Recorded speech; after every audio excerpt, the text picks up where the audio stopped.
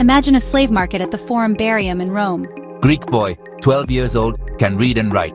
Starting bid 1,500 denarii. Who's going higher? Chalk on his feet marks him as newly arrived. Next to him, a worn Thrawn farmhand going for just 500. On the platform, a young Syrian woman. Her beauty alone priced at 6,000. So, how did the Romans put a price on a human life? What affected those prices? And how do these amounts compare to modern money? Let's break it down. Every sale came with a contract, receipts for the money, and written proof of delivery. Not of goods, but of people. Because of that, we now have a window into the brutal, everyday reality of slavery in the Roman world. We focus on the 1st century BC to the 2nd century AD, the era with the clearest evidence, and then examine the key factors that determined value. Why this period? Because it's simply the one we know the most about, the Corpus Inscriptionum. Latinarum spans 17 volumes, 16 of them come from the imperial period. About 90% of surviving Roman texts were written in this era. Cicero, Caesar, Tacitus. This was also the peak of Roman slavery. After Caesar's campaigns, markets were flooded with captives, while the economy remained relatively stable. Stable currency and consistent prices let historians detect real patterns. So this 250-year stretch gives us a wealth of sources and a fully developed slave market to examine. The perfect window for study. So what determined whether a slave sold for 500 or 5,000 denarii? The Romans approached this with cold, calculated logic. They valued people like livestock. Let's run through the major factors. Origin mattered. Greeks were prized for education. Gauls and Germans for strength. Syrians for craft and commerce. Romans had stereotypes.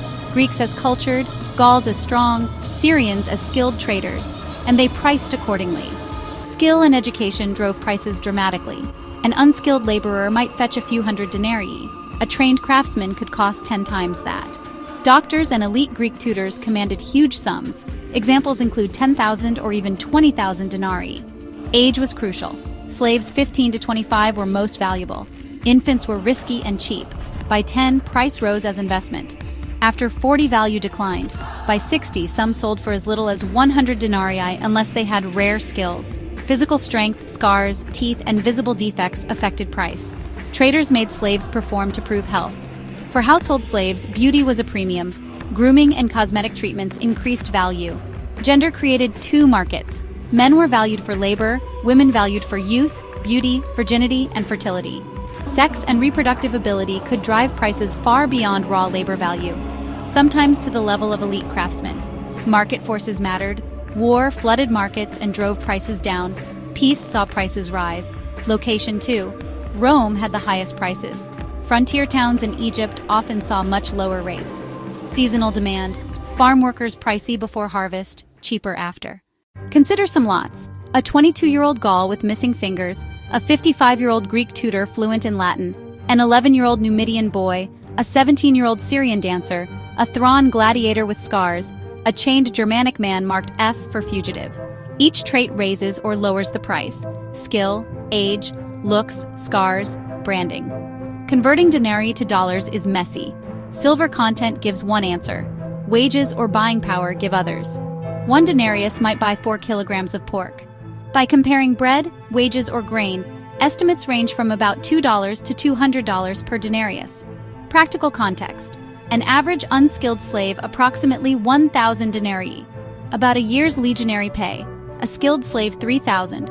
A physician 20,000. Roughly the price of a house. Behind each number was a human life. A child torn from family. Craftsmen forced to serve.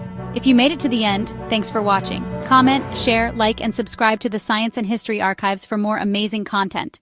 New videos every week. Join our Patreon for early access.